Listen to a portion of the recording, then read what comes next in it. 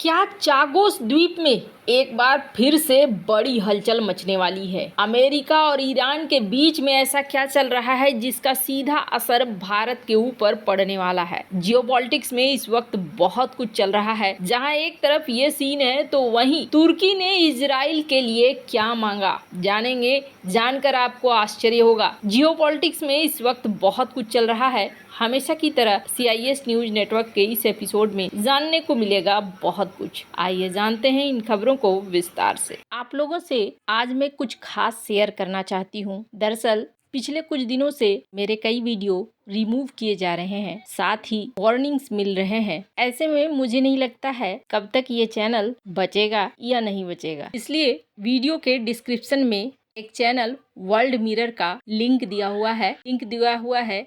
मेरे कई वीडियोस अब वहीं पे मिला करेंगे। खैर, कुछ दिन पहले डोनाल्ड ट्रंप ने एक चिट्ठी लिखी थी और ये चिट्ठी लिखा गया था ईरान के राष्ट्राध्यक्ष को और उनसे कहा कि चलिए आइए न्यूक्लियर डील पर हम लोग बातचीत करते हैं, परमाणु संधि जो रद्द हो गई थी उस पर बात करते हैं और फिर हम आगे बढ़ते हैं। वैसे आपको बता दूं, ट्रंप ने ही साल 2018 में अपने पहले कार्यकाल के दौरान ईरान के साथ साल 2015 में हुए परमाणु समझौते को रद्द कर दिया था। इसके बाद उन्होंने ईरान पर अपनी अधिकतम दबाव रणनीति के तहत प्रतिबंधों को फिर से लागू कर दिया। अपने नए कार्यकाल के दौरान भी उन्होंने ईरान पर नए परमाणु समझौते के लिए दबाव बनाना जारी रखा और शुरुआती दौर में उन्होंने कहा था कि अगर नए समझौते के लिए ईरान नहीं मानता है तो हम उनके खिलाफ और अधिक टैरिफ लगाएंगे। पर ऐसा देखने को मिला कि चिट्ठी पढ़कर ईरान की तरफ से जवाब आया। ईरान के राष्ट्रपति मसूद पेजेश्कियान ने हाल ही में पुष्टि भी की कि ईरान ने अमेरिका के साथ सीधी बातचीत को खारिज कर दिया है, लेकिन ओमान के माध्यम से पिछले दरवाजे से बातचीत हो रही है। कहा जा रहा है कि इस पूरी डील में खामनेई का कहना है कि अमेरिका से बातचीत का कोई फायदा नहीं होने वाला है और इस बातचीत से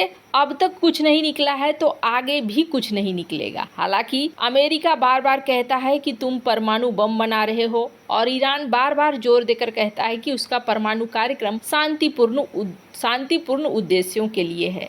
अमेरिका से अब सीधे ईरान ने कह दिया है कि हम बात नहीं करना चाहते हैं और हम इस मुद्दे पर आगे बढ़ना ही नहीं चाहते हैं। इसके बाद से ही समस्या गहरा गई है और जवाब में डोनाल्ड ट्रंप की तरफ से कहा गया है कि हम तब इसके बदले में हम बमबारी करेंगे। ईरान के परमाणु ठिकानों पर अगर अमेरिका हमला करेगा तो समझ लीजिए कि वो हिंद महासागर में एक हमला होगा, भारत के बिल्कुल करीब होगा। डोनाल्ड ट्रंप चाहते हैं कि ईरान अमेरिका के साथ परमाणु बातचीत में शामिल हो, जिसका मकसद ईरान के परमाणु कार्यक्रम को रोकना और उसकी लंबी दूरी के मिसाइलों को बनाने की क्षमता को रोकना और मिडिल ईस्ट में ईरानी प्रॉक्सी संगठनों को खत्म करना है। जाहिर तौर पर ईरान हरगिज ऐसा नहीं चाहता है और इसीलिए ईरान के supreme leader Ayatollah Ali Khamenei ने ट्रंप के बातचीत के प्रस्ताव को खारिज कर दिया, जिसके बाद पेंटागन ने भारत के दक्षिणी सिरे से 1140 मील दक्षिण में डिएगो गार्सिया पर अपने एडवांस स्टील्थ बम वर्षक विमान B-2 को तैनात कर दिया है। इसका मतलब ये है कि अमेरिका वाकई ईरान पर हमला करने के लिए गंभीर तौर पर तैयार है। अमेरिकी सेना उन अभियानों का अभ्यास कर रही है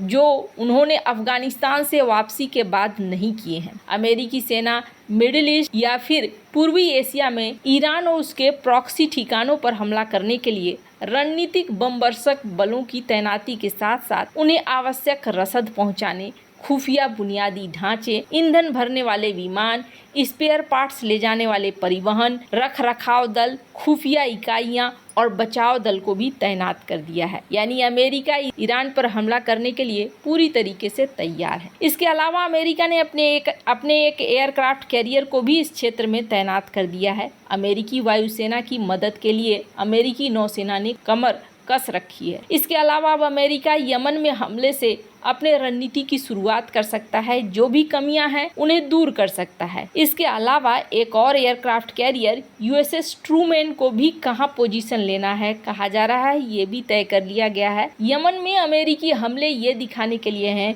कि डोनाल्ड ट्रंप की धमकियां खोखली नहीं है। अब इसके जवाब में ईरान ने क्या कहा है, स्क्रीन पर आप आर्टिकल देख सकते हैं। इसके जवाब में ईरान ने डिएगो गार्सिया पर हमला करने की धमकी दी है। ये हिंद महासागर में स्थित द्वीप ईरान के नज़दीकी पॉइंट से लगभग 2480 मील दूर है। सवाल ये है कि क्या अमेरिका के पास ऐसी मिसाइलें हैं जो 2500 किलोमीटर से ज़्यादा दूर के ठिकानों पर हमला कर सके। लेकिन अमेरिका के लिए ऐसा करना कोई मुश्किल काम नहीं है। अमेरिकी बमवर्षक विमान B-2 ऐसा आसानी से कर सकता है, लेकिन ईरानी बैलिस्टिक या क्रूज मिसाइलों का इस द्वीप तक पहुंचना काफ़ी मुश्किल है। अगर पहुंच भी गई तो क्या अमेरिकी डिफेंस सिस्टम को काउंटर करने की क्षमता है? इसका जवाब बहुत आसान है कि नहीं है। हालांकि ईरान ड्रोन कैरियर जरूर ऑपरेट करता है, लेकिन अमेरिका इसे काफी आसानी से ट्रैक कर सकता है। लिहाजा एक्सपर्ट्स के मुताबिक ईरान की धमकियां कोई मतलब नहीं रखती हैं। फिर सवाल ये उठता है कि आखिरकार क्या होने वाला है। डोनाल्ड ट्रंप ने अल्टीमेटम मई तक का दे रखा है।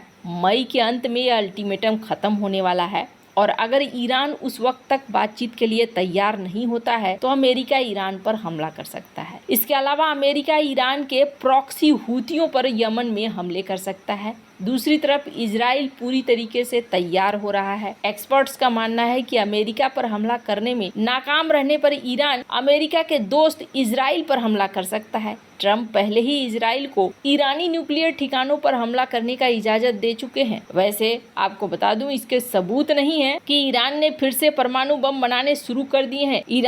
ऐसे में ईरान के किस ठिकाने पर अमेरिका हमला करेगा ये भी तय नहीं है। पर ईरानी मीडिया में दावा किया जा रहा है कि देश ने बैलिस्टिक मिसाइल लॉन्चर लोड कर लिए हैं, जिससे पता चलता है कि ईरान इस तनाव को कम नहीं करना चाहता है। ऐसी स्थिति में अगर हमला होता है तो ईरान के लिए हमलों को बर्दाश्त करना संभव नहीं होगा। ईरान पहले से ही आर्थिक संकट से जूझ रहा है। देश की अर्थव्यवस्था संकट में है और एक्सपर्ट्स लंबे वक्त से कहते आए हैं कि घरेलू मुद्दों से निपटने के लिए सरकार ने तनाव भड़का रखा है। लेकिन कई रिपोर्ट्स में ये भी कहा गया कि अगर अमेरिका हमला करता है और नए प्रतिबंध लगाता है तो ऐसी स्थिति आ सकती है कि ईरान में शासन पलट जाए, शासन का अंत हो जाए। जिस तरीके से चल रहा है वैसे में तो यही लग रहा है। और जहां तक बात है इजराइल की, तो इजराइल यहाँ पर दबाव बनाकर रखे हुए है अमेरिका के ऊपर कि आपको ईरान के ऊपर एक्शन लेना है। ईरान को इजराइल अपना सबसे बड़ा खतरा मानता है। उसका मानना है कि ईरान कभी भी उसके ऊपर एक्शन ले सकता है। लेकिन सबसे बड़ी बात यह है कि अगर डिएगो गार्सिया और इसके आसपास ये उथल पुथल मचता है तो इसका असर सीधे सीधे भारत के ऊपर भी पड़ेगा। भारत का चाबहार पोर्ट जो रणनीतिक तौर पर बहुत ज्यादा महत्वपूर्ण है, ये फिर बंद भी हो सकता है, नष्ट भी हो सकता है। और दूसरी बड़ी चीज ये है कि ईरान सीधे सीधे पंगे तो ले रहा है, लेकिन किसके बल पर ले रहा है? क्या इसके पीछे